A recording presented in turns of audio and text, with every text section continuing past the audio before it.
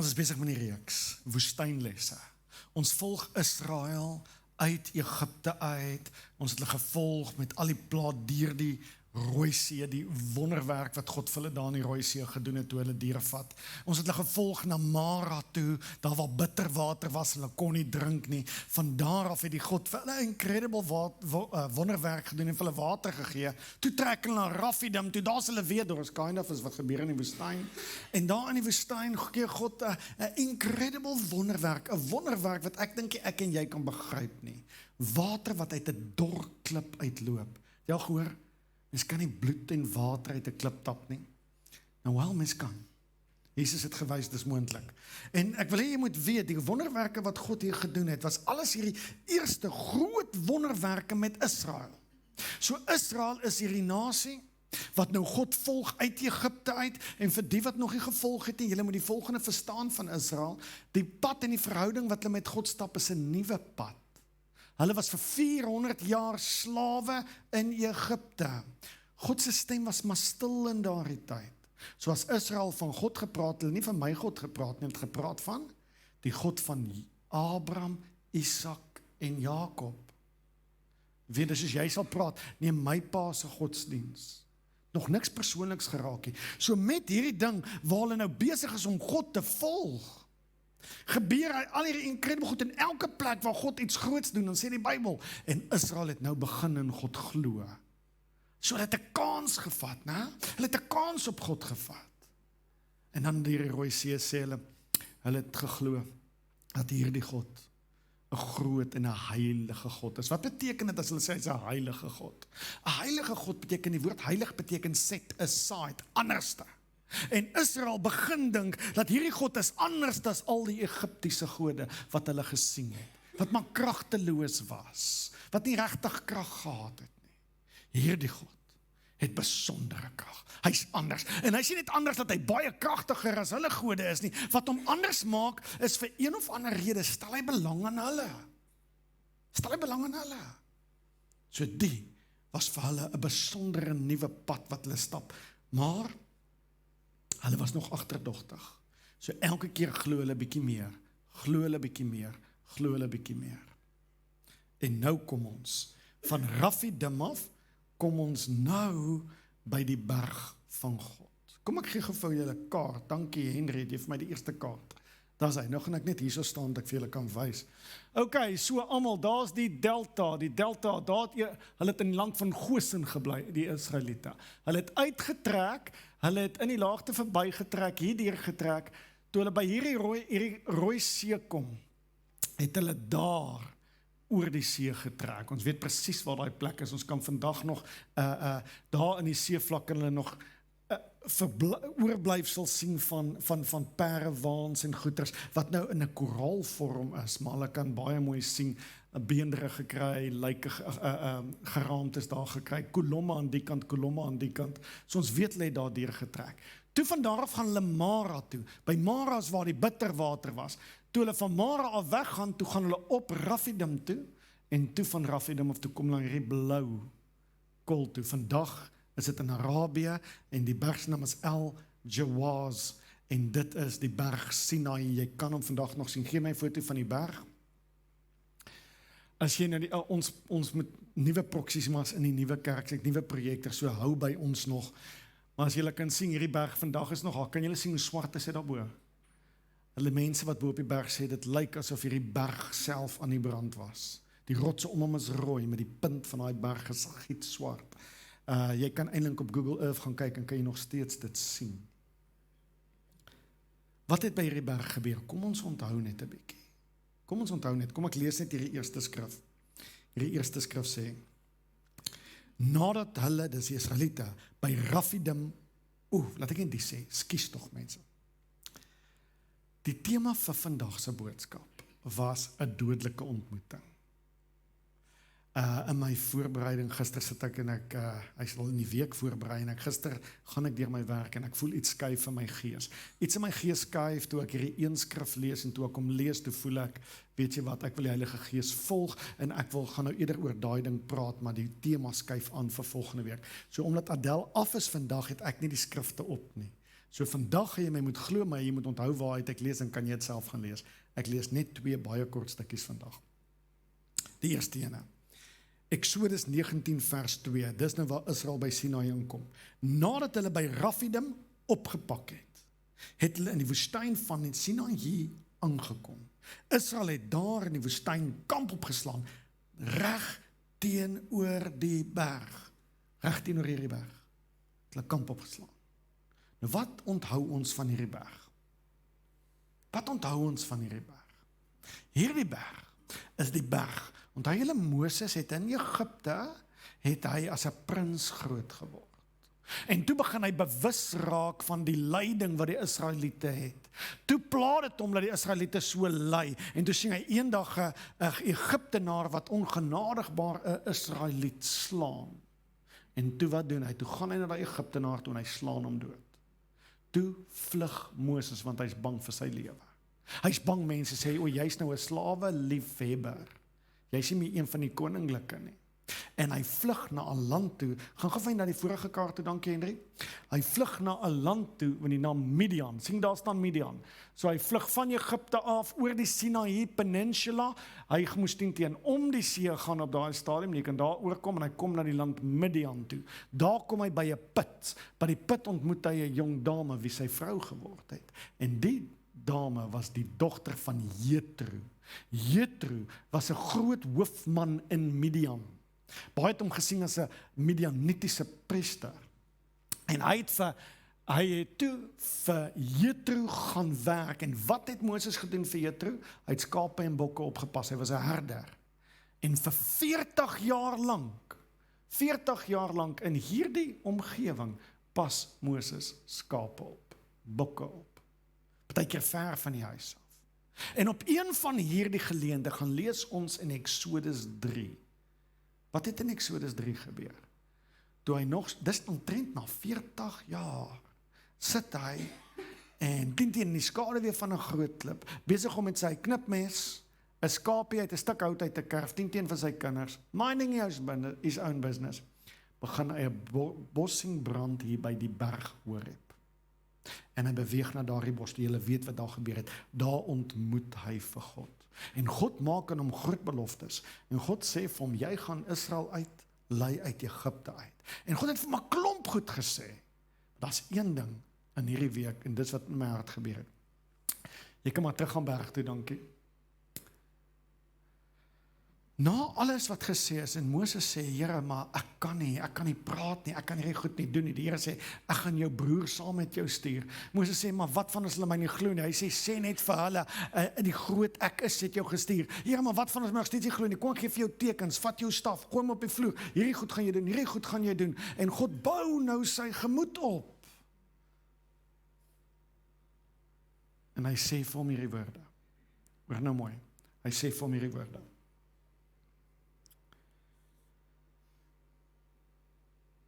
God het geantwoord, ek sal by jou wees, wanneer jy die volk uitgelei het uit Egipte, en julle by hierdie selfde berg kom aanbid, sal dit vir jou 'n bewys wees, dat dit ek is wat jou gestuur het. En dit toe ek het weer lees, toe stop ek net daar. Daar het ek maande terug gelees, toe ek lees, die Israeliete kom toe nou en slaan kamp op reg oor die berg Sinaï, toe stop iets in my gees. Toe onthou ek, maar God het beloof, hulle gaan weer by hierdie berg kom. En toe sê hy, Moses, jy gaan iets weet as jy by hierdie berg is. Wat gaan Moses wees as hy weer terug is? Nou sit hy terug met Israeliete aan die voet van hierdie berg. Waaraan dink Moses? God se woorde. Moses, jy's nou bang. Jy's nou onseker. Die toekoms lyk vir jou duister. Maar luister vir my, Moses. Daar gaan 'n dag en 'n tyd wees, en ek sê vir jou, dit sal so wees, waar jy en die Israeliete by hierdie berg staan en my verheerlik. Dan sal jy weet dat dit ek was wat met jou was. Wow. Hier staan hy by hierdie berg. Kan jy imagine hoe overwhelming vir hom moes dit wees? Want ons dink aan Moses, en ons het die kinderstorie, gaan met sy stafie Egipte toe, Hy tune die Egiptenare gou 'n paar goeters. Hy zap die rivier en hy word bloed. Die farao sê nee en die volgende dag sê hy, nou gaan jy getref word met 'n volgening en dit is paddas en dit is dit en dit is pes. En ons dink die een ding gebeur na die ander dag en een ding na die ander dag en ons dink alle Israeliete staan daar en hulle klap met hande vir Moses is 'n superster. Hulle love wat hy doen. En farao raak al hoe banger vir Moses en Moses stap uit met Israeliete so 1 of 2 weke, klap hy hulle gou de mekaar, kom by die Rooi See, God maak hulle almal dood, gaan hy oor gesond. Ek wil vir jou sê, Moses se storie is baie meer soos jou storie, want jy weet, dis hoe die lewe werk. Hier staan Moses by die Here. Hy kry hierdie incredible opdrag, gaan terug, 'n gewone skaapwagter, gaan terug na die koning toe van die wêreld. Vir hom is farao soos die koning van die wêreld, want die grootste stuk wêreld is onder beheer van hierdie farao. Gaan terug na hierdie farao toe, 'n kragtige man, en sê vir hom, laat my mense gaan. So Moses het in die naal weggestap met 'n groot paravaan en hy het daar op hulle afgejaag gekom vol confidence. Met vrees en bewing sit hy die een voet voor die ander voet. En ek hou van hierdie woorde wat God vir hom sê. God sê, nie nou binnekort nie, eers as jy weer terug is hier, gaan jy weet dat ek met jou was. Wow! Kan dit wees, dat ek en jy luister, ons volg, ek trek na huis na toe, want ek het gevoel, dis wat hy wil hê, ek begin hierdie besigheid, want dis, ek het die oortuiging gehad, ek het 'n huweliksmaat gekies, ek het geglo, dis God se plan vir my lewe, en nou is ek besig om hierdie plan te loop, en dan 5 tree in hierdie plan, en dan begin jy wonder, was dit die Here? Is ek op die regte plek? Nou dink jy vir jouself, Moses het 'n bos gehad wat gepraat het met hom. Wonderwerke het voor hom gebeur. Hy was in die teenwoordigheid van die lewende God. Kan hy ooit vergeet wat God vir hom gesê het? Tipies wat met my gebeur. En ek weet met van julle gebeur het. Ek het baie keer ervaring dat die Here sê ons doen dit. Ons bou kerk. Ons gee die volgende tree. Ek het daai ervaring in my hart. Ek toets dit met mense, almal is opgewonde. Dan 3 weke down the line wanneer alles nie uitwerk en dan wonder ek wat. Sjoe, was dit die Here? Was dit die Here? Nou, hoe kan Moses twyfel? Het ek slegte pizza geëet die vorige nag en het ek drome gedroom wat ek nie moes nie? Is daai skaapmelk vir my bietjie afgewees? Dinge lyk nie vir my of dit God is nie. Ek's besig om hom te volg, ek kom by die farao, ek sê vir hom, laat my mense gaan. Wat sê die farao vir hom? Dit sal die dag wees. Ek is die God van gode, sê die farao. Moses misluk. Moenie dink dit was 'n sukses vir Moses nie. Dis vir hom mislukking. Hy kom by die Israeliete. Die Here het my gesê, wie is jy? Ek is Moses, is jy nie die een wat weggehardloop het en 40 jaar ons los, terwyl jy in 'n spa is daar in Midian? Ek is die een hier op die grond wat ly. Nou wil jy vir ons kom sê, ons gaan, dink julle het so maklik gegaan? Hy het teenkanting gekry. Daarom het die Here vir hom gesê, wanneer hulle vir jou vra, wie is jy en wie het jou gestuur, dan moet jy sê, die groot ek is, het jou gestuur. God moes vir hom tekens gee, wat hy nou en dan doen, laat mense hom glo, want meeste van die tyd het hulle hom nie getrust nie, hulle het hom nie geglo nie. Hoeveel keer wat Moses hier terug gaan Egipte toe, hier in Egipte, dan kom hy, dan sê farao nee, dan staan hulle by die Nylrivier en vat Moses daai staf, dan verander hy water in bloed, dan voel hy, okay, dit is die Here, want kyk net hier wat gebeur. Dan stap hy terug na die farao toe, sê nou, sê die farao nee, gaan dit nie doen nie. Moenie dink hy stap daar weg in oorwinning nie, hy stap daar weg vernederd, terugslaan. Sy vriende, sy Jode, die mense wie hy moet uitlei, kyk na hom en sê, ons dog, jy gaan ons uit farao se hand uitgered kry. Ek gaan lees in die geskiedenis, navorsing wat ek doen, en probeer uitvis, hulle probeer uitplaas, hoe lang kon hierdie goed gevat het. Mense, het is nie weke gewees nie. Ons praat van hierdie proses, vandat hy begin terugkom, totdat farao hom 10 teen gegaan het, kan enige iets na maande, 'n jaar lank wees. Van mislukking.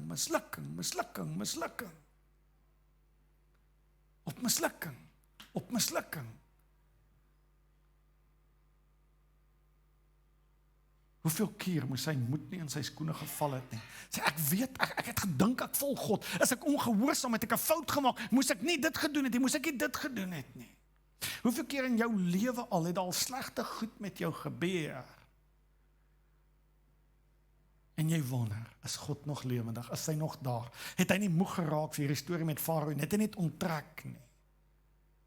Maar dan is daar hierdie ding wat ons moet vashou. En ons bid, Here, hou my staande. Hou my staande, dat ek net staande kan bly. En die wonderwerk, en toe ek daai woorde lees, Israel het weer voor die berg kom kamp. Toe kon ek in my hart net voel hoe moes Moses gevoel het. Here, U was met my. Hier's mense wat vandag hier sit, ek weet jy wonder hoe lank gaan dit nog vat. Ek weet jy wonder, Here, kan U sien wat nou gebeur? Kan U sien wat om ons aangaan? Ons is op 'n plek, ek is dors. Ons is op 'n plek, ek weet nie waar gaan die volgende check vandaan kom nie. Ek is op 'n plek, ek weet nie wat die toekoms van my inhou nie. Politiek lyk bietjie de mekaar. Is hy hier? Is hy hier? Maar ek wil vandag vir jou sê, God is nie een wat verlaat. Sy kinders verlaat, hy draai nie sy rug op kinders nie. Dit mag vir jou soms so voel. Moenie na ja-sêers luister, want jy het nie geloof nie. Jy bid nie genoeg nie, en al daai goed moet gebeur. Al daai goed moet gebeur. Ons moet geloof, ons moet bid. Maar as jy soms op 'n plek kom waar jy wonder of God daar is, wil ek hê jy moet dink aan hierdie storie. God is daar. En nou vandag wil ek 'n kort tydjie vat. En ek wil julle 'n bietjie ons gemeente se redemptive history storie vertel. Ek kan nie die storie vertel van waar ek betrokke is. Ek sit so en dink in my hart gister, weet jy hoe baie mense ken ons hele storie? Baie mense ken 'n stukkie van ons storie, baie mense ken 'n stukkie van die storie van wat jy betrokke geraak het. Maar laat ek nou vir julle sê, hierdie klomp bakstene wat gemerk is vandag ons berg. Dit is 'n teken dat ons nie alleen is nie. Hierdie is 'n teken dat God met ons is. Meeste mense, godsdienstige mense wat kerk toe gaan, neem dit vanselfsprekend dat kerke 'n gebou het en 'n grond het en 'n parkeringkie het en 'n kinderkerkie het. Mense neem dit vanselfsprekend. Daar was tye wanneer munisipaliteite grond eenkant en uitgesit het vir kerke. Maar weet julle hoe moeilik is dit as God 'n woord bring in 'n groep mense en hy sê ons kan op 'n ander manier kerk wees, ons kan iets anders te vir ons samelewing wees, daar sal klaar ander goeie goed, maar ons gaan iets doen in die samelewing wat nog nie gebeur nie. En ons moet ons eie plek kry. Weet julle hoe moeilik is dit in 'n plek soos Knysna? Met alle eerlikheid. Kom ek vertel julle hoe ons storie begin en dan gaan dit kort hou, net laat julle kronologies sien, want vandag staan ons by 'n berg en ons stik ons hande op en ons sê, ons het 'n groot God.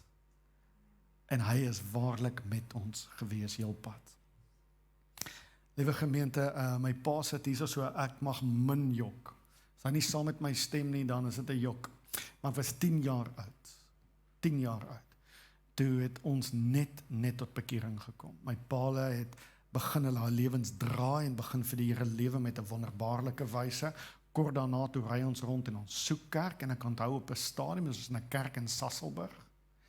Seker die eerste of tweede keer wat ek ooit in 'n kerk is vir 'n diens, dalk vir begrafnisse en troues, maar ek onthou dit vir 'n diens. My ma en pa het my al by kinderkerk en sonnaarskool afgelaai, maar ons as 'n gesin stap in.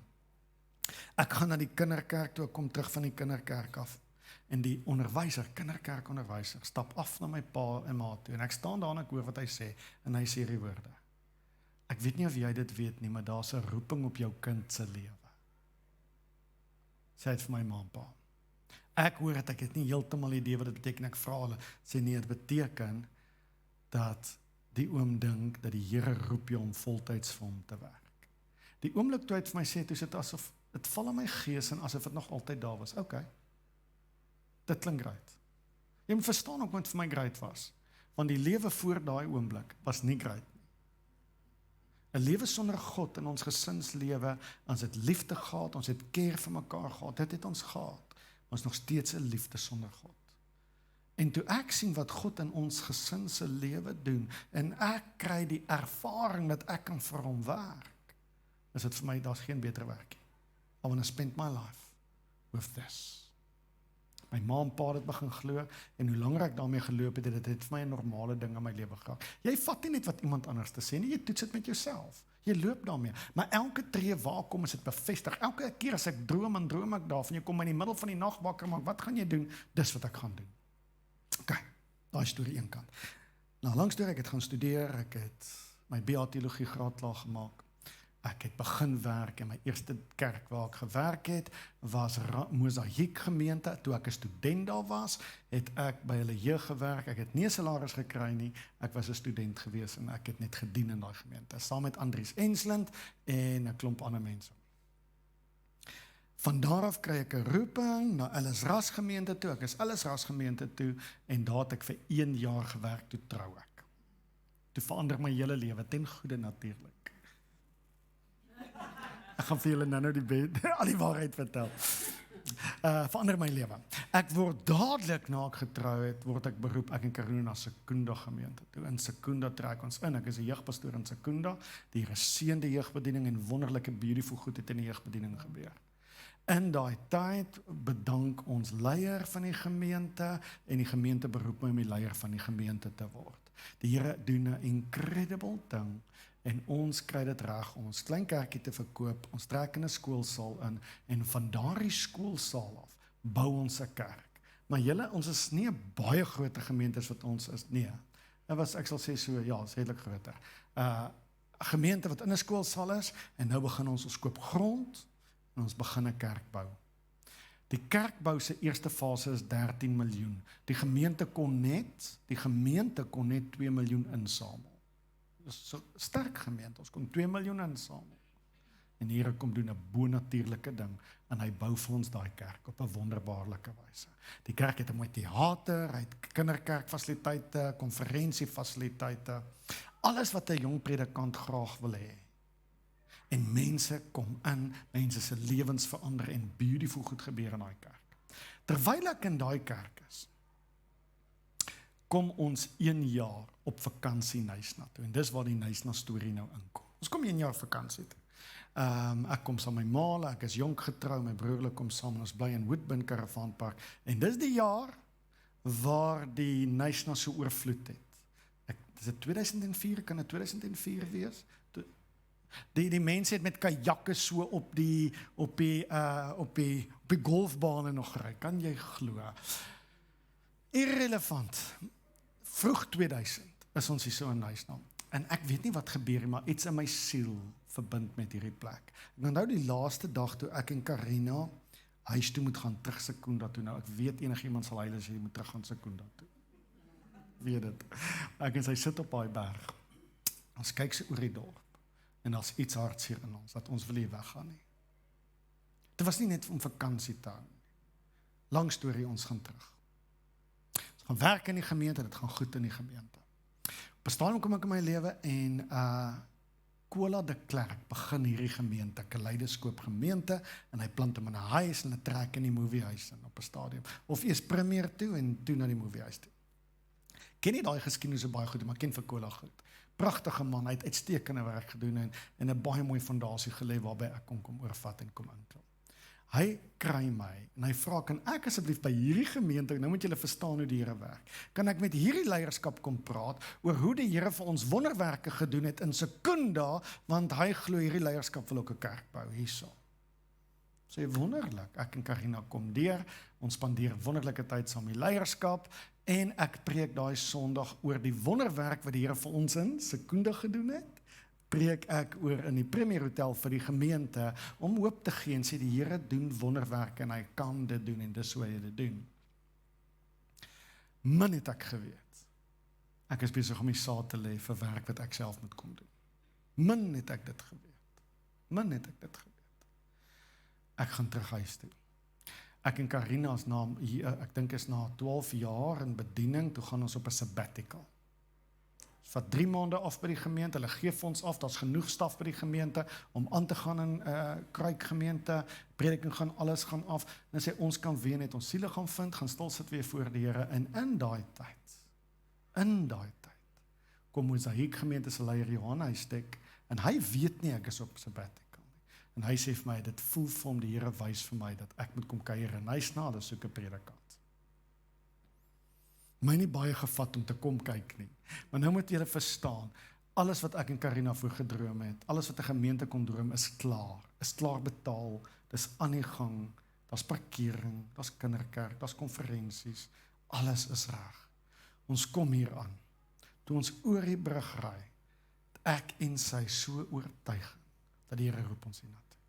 'n absolute oortuiging. Julle, ek kan nie vir julle sê, nou gaan wys ons 'n huis in Green Pastures, om waar ons moontlik kan inbly, en toe ons inry, toe kry ek 'n WhatsApp van 'n vriendin, wat 'n predikant is, en sy sê, dit voel vir my die Here lei julle na groen weivelde toe. Toe ry ek by Green Pastures in. Okay, so, as geen twyfel by my, en by Karina, eers het ek vir die Here dit gesê, ek moet dit sê, Here, my vrou gaan nie skuif nie. Sy sal nie skuif nie. Ek sê, Here, haar kind is nou net gebore, hier, sy het 'n goeie werk, hier, sy werk in die gemeente saam met my voltyds, sy skuif stadig en moeilik. As jy haar kan oortuig, dat ons trek, Here, dan sê, ek weet, jy sê vir my, maar ek gaan nie met haar praat, jy praat met haar. Ek ry daai dag fiets, ek dink 80 km fiets, toe ek by die huis inry, Karina sê, jy glo wat het gebeur, wat? Sy sê, ek dink die Here werk in my hart, ons moet trek. Ek val amper van my fiets af, ek het cleats aan, weet jy hoe hard val jy as jy nog cleats aan jou fiets het? Ek val my amper mors dood. Ons trek Knysna, ons het geen twyfel, dat dis wat God wil hê nie, maar nou wil ek verduidelik. Ek trek, want die gemeente en leierskap het hoop, omdat ons daar kon gebou het, kan ons weer hier bou. Maar Knysna en Secunda is 2 verskillende plekke. Ons trek hier in en nou staan ons 13 jaar. En as ek vir julle sê, na 13 jaar, kan ons sê, God is waarlik hier. En hy is met ons.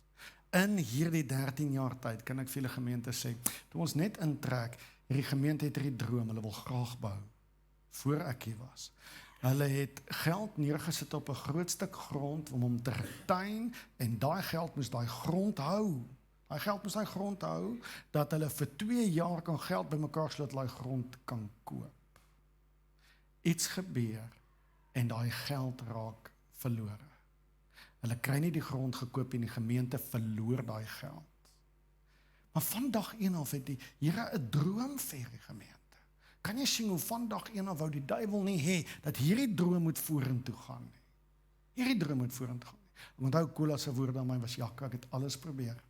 Ek het alles in my vermoë probeer om grond gekoop te kry en hierdie dorp in gebou te kry.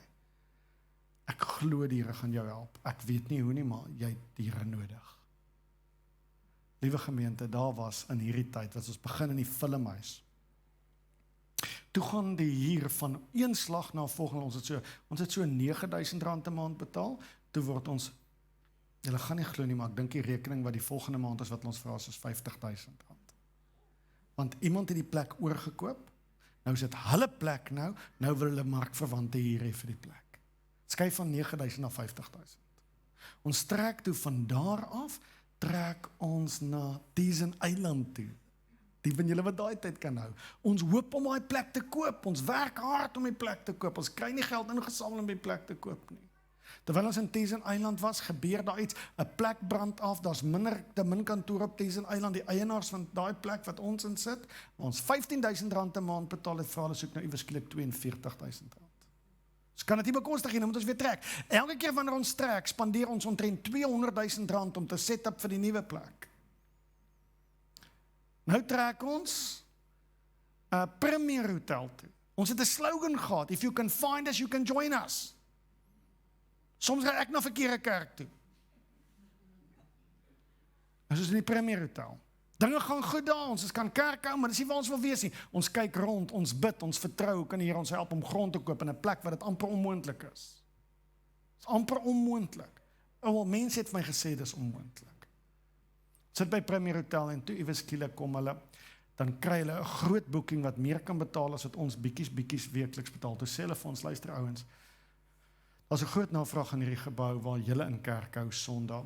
Ons gaan vir julle 'n minder as 'n week kan kennis gee, dan moet julle uit daai Sondag, dan kan ons daai 'n event hou, dan kan julle weer die volgende Sondag. Hoe kan 'n kerk hou? Ek gaan nie eens weet of ons daar opdaag of nie. Die band gaan daar opdaag, en ons is eintlik in 'n ander plek. Dis hoe min kennisgewing daar was. En ons ervaar, Here, hoe gaan dit werk? Ons moet weer trek. Lang storie. Ons trek hiernatoe. Hiernatoe trek ons met die hoop, en ons hoop nog al die pad. Ons werk hard in ons hoop, en ons structure 'n deel, dat ons hierdie plek kan hier, maar ons wil nie weer trek nie. Ons wil hierdie plek hier, sodat ons hom gekoop kan kry. Ons het 'n 2 jaar kontrak, en aan die einde van 2 jaar moet ons hierdie plek koop. En nou hierso is waar dit baie interessant raak. Ons geniet dit hier, dit gaan goed. Ons het hierdie stuk gehad, en ons het hierdie buitestuk gehad. Ons kinderkerk was daar bo gewees, en ons is hier. Ou kerk. Ons dink ons het op 'n stadium, teen die einde van daai 2 jaar, het ons nog net R200,000 ingesamel. Oor die koop van hierdie gebou. Die eienaar was ons baie goed gesind, was 'n pragtige man, ook 'n kind van die, hy kom terug na ons, hy sê, ek gaan vir julle nog 'n paar maande gee, kyk wat julle gedoen kry, ons maak groot aanvraag, ons bid, ons is op ons knieë, is soos Moses op plekke kom, Here, wat nou, is u hier, is ons alleen, waar is u in hierdie hele storie? En ek moet vir julle sê, in hierdie hele journey, het ek 2 werksaanbode gekry al. Die eerste ding is, mense my vra, hoor jy, ons stel belang dat jy ons toe kom en vra, het julle julle eie gebou? Ja. Mens, dan moet Karina vasthou. Sê, Here, nee, hou vas, ons moet bid. Ek het nie gehoor dat het 'n mooi gebou is. As jy net 'n gebou het, dan kom ek. Elke keer wanneer ons toe, ek sê, Here, nee, jy bly. Sê ons nie, ons gaan nie, ons bly. Ons bly. Einde van daai 2 jaar, kry ons weer 'n bietjie uitstel. En ek onthou dit, ons kom aan die einde van die uitstel, sê vir Duif, ons het dit nog nie. Hy sê, ek gaan vir jou nog 'n bietjie uitstel gee. Ek dink die tweede, derde keer na ons uitstel, sê ons nee, okay. Die eerste koper wat jy nou kry, laat hom gaan, ons hoop net dis ons. Nou moet julle mooi hoor, gemeente. Ons het alles probeer, ons kan nie. Nou is ons maar besig om te kyk na Little Elephant se saaltjie, nou moet ons weer trek. Nou kos dit ons weer geld. Ons is weer nie in ons eie plek. Ons worry nie oor kerkgeboue nie. Ons soek 'n plek van ministry waar ons altyd net kan groei en mense kan bedien. 'n Vrydagoggend. 'n Vrydagoggend sal ek nooit vergeet nie. Vrydag is my afdag, word wakker, en is vroegoggend lui my foon. En daar's 'n man op die telefoon en hy sê vir my, ek en my gesin het gevoel ons wil daai kerkgebou vir julle koop. Ons skenk vir julle R2 miljoen om hierdie kerkgebou te koop. Kan julle dink hoe voel ek?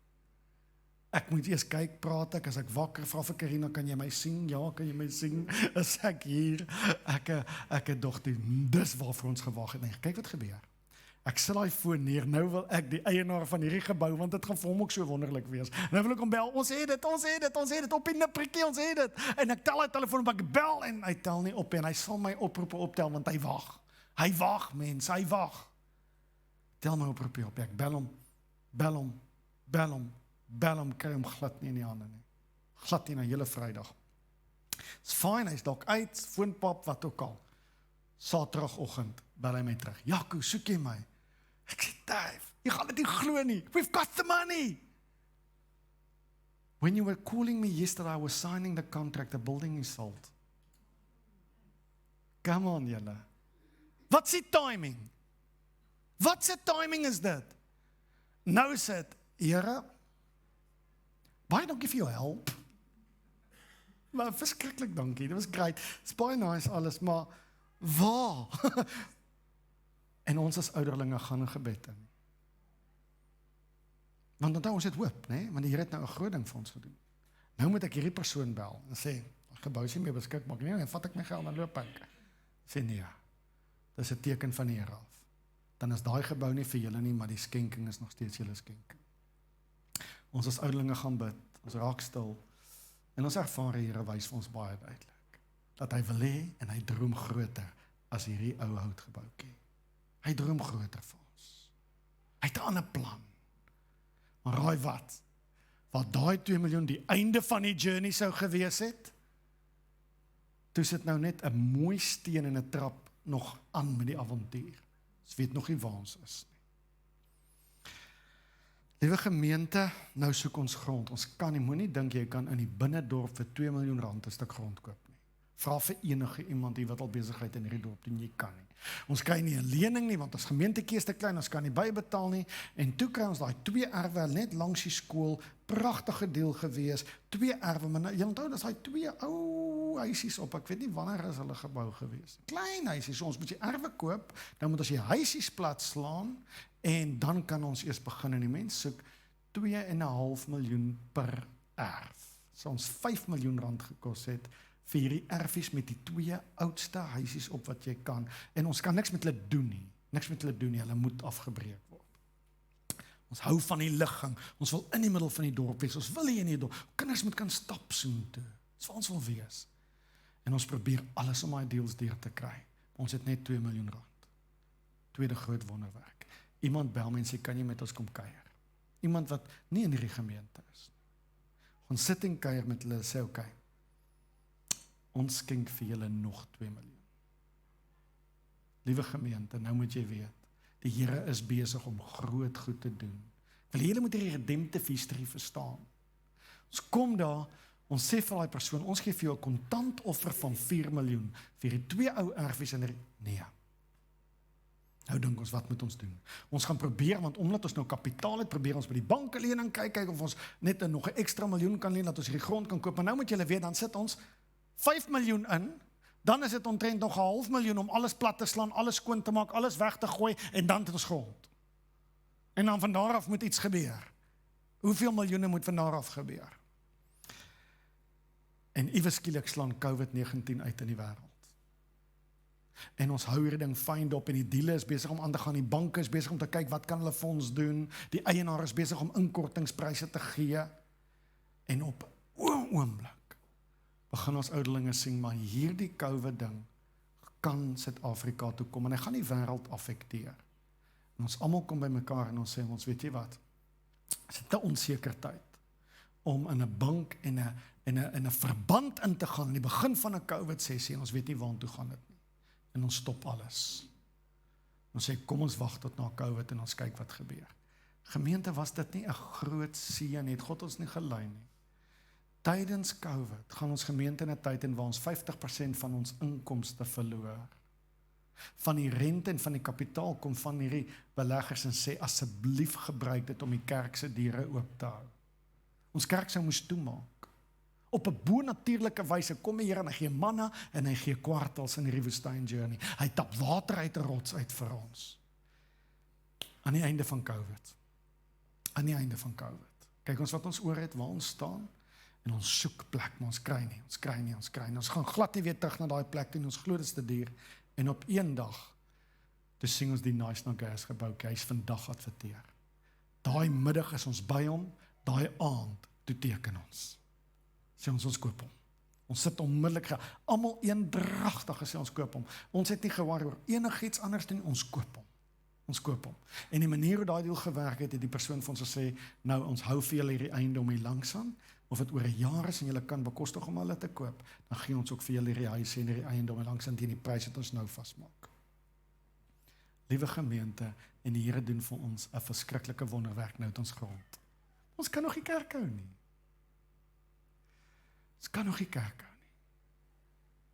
Middel laas jaar, toe kom al die bedieningsleiers by mekaar. Toe sê ons, ouens, wat doen ons? Ons het hierdie grond, ons het hierdie gebouetjie, daar's inkomste wat inkom. Ons kan nie vir ewig hier bly nie. Wat maak ons? En ons maak 'n besluit, ons gaan op die water loop. Ons het niks geld om te bou nie. Kom ons begin Januarie met die projek. Ons kry 'n boukomitee saam, ons gaan begin bou. Ons het nie 'n sent nie. Ons gaan begin bou. Januarie skop ons af en ons sê, ons ervaar dat die Here sê ons trek in. En al trek ons in die ou nice building en soos hy lyk, dan trek ons in daai ding en ons hou kerk in daai ding. Ergens gaan ons geloof deurbring, ons gaan aangaan, want ons kan God sien hoe ons gevolg het tot hier toe. Maar ek moet vir jou sê, toe Januarie kom, het was nie my lekkerste Desember vakansie nie. Dis daai stuk waar Moses sê, Here, is U hier? Is U hier? Het ons reg gehoor? Alhoewel al hierdie goed al in jou lewe gebeur het, wonder jy nog, het ons reg gehoor? En ons het begin. En iets wat gebeur het. Elke gat wat ons gegrou het, daar geld gekom vir daai gat. Voor ons die gat gehou, kom die geld vir daai gat. dat ons die persoon kan betaal. So vloer kom die geld vir daai vloer. Noudag moes ons alles, die badkamers inbou, die geld het gekom vir dit, op die regte tyd. En na die gemeente bygedra het ons genoeg geld om die dak op te sit. En die Here seën ons met guns van mense wat werk doen, vir wat ons hiervoor kan betaal nie. Hulle gee dit vir ons as geskenke. Mense seën ons met arbeid, met toerusting. Mense sien ons op soveel maniere, dat wat al daarin is, ek dink 500.000 rand plus minus guns al, wat in daai gebou al ingesit is.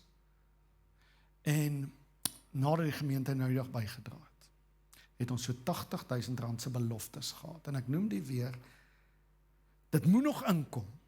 So met dit wat ons nog oor het, ons het iets gekry, ons het 'n redelike groot skenking in die begin van die boufonds gekry, met dit wat nog oor is, en beloftes kan ons net die dak opsit.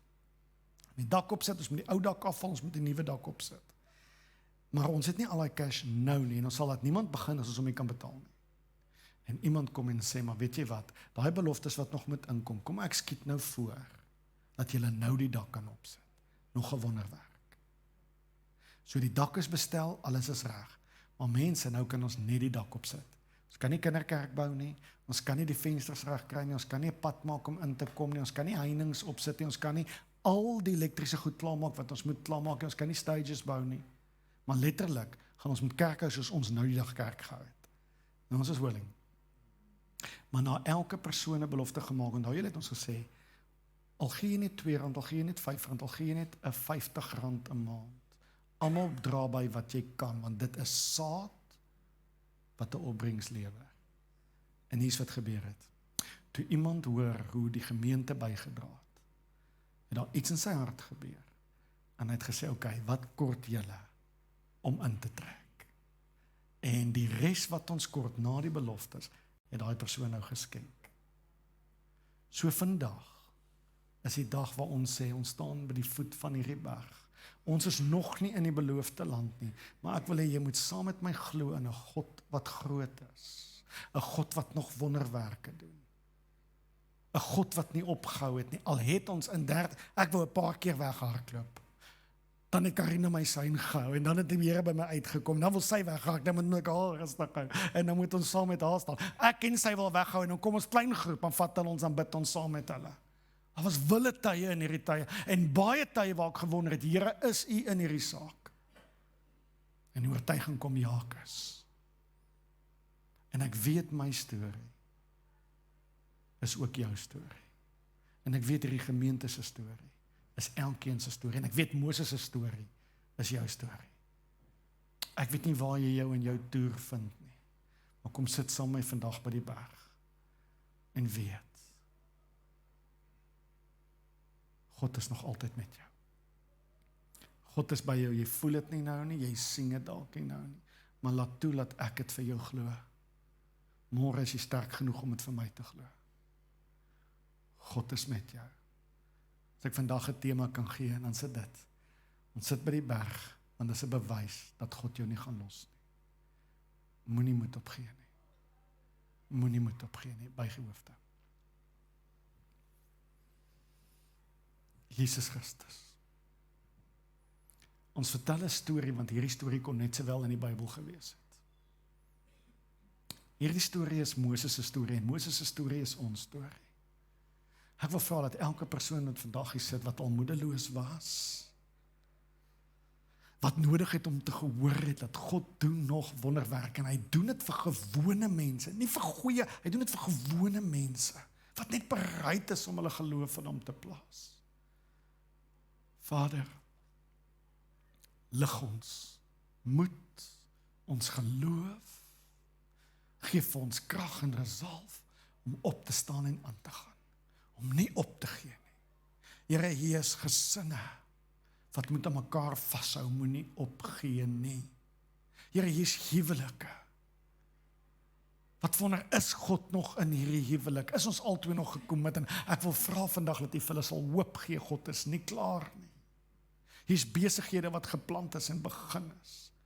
En U wil graag hê hulle moet aanhou en aangaan. Hier is drome wat nog in die droomfase is. En U wil sê, moenie ophou nie, ek is daar. Al voel dit nie nou so nie. Hier is kinders. Die wêreld het al vir hulle gesê, jy kan nie groot droom, it's not gonna happen. Ek wil vra dat in hulle harte 'n wonderlike ding sal, hier's jong mense, hier's tieners in hierdie gebou. Mag jy vir hulle sê dat jy kan groot droom. God is met jou.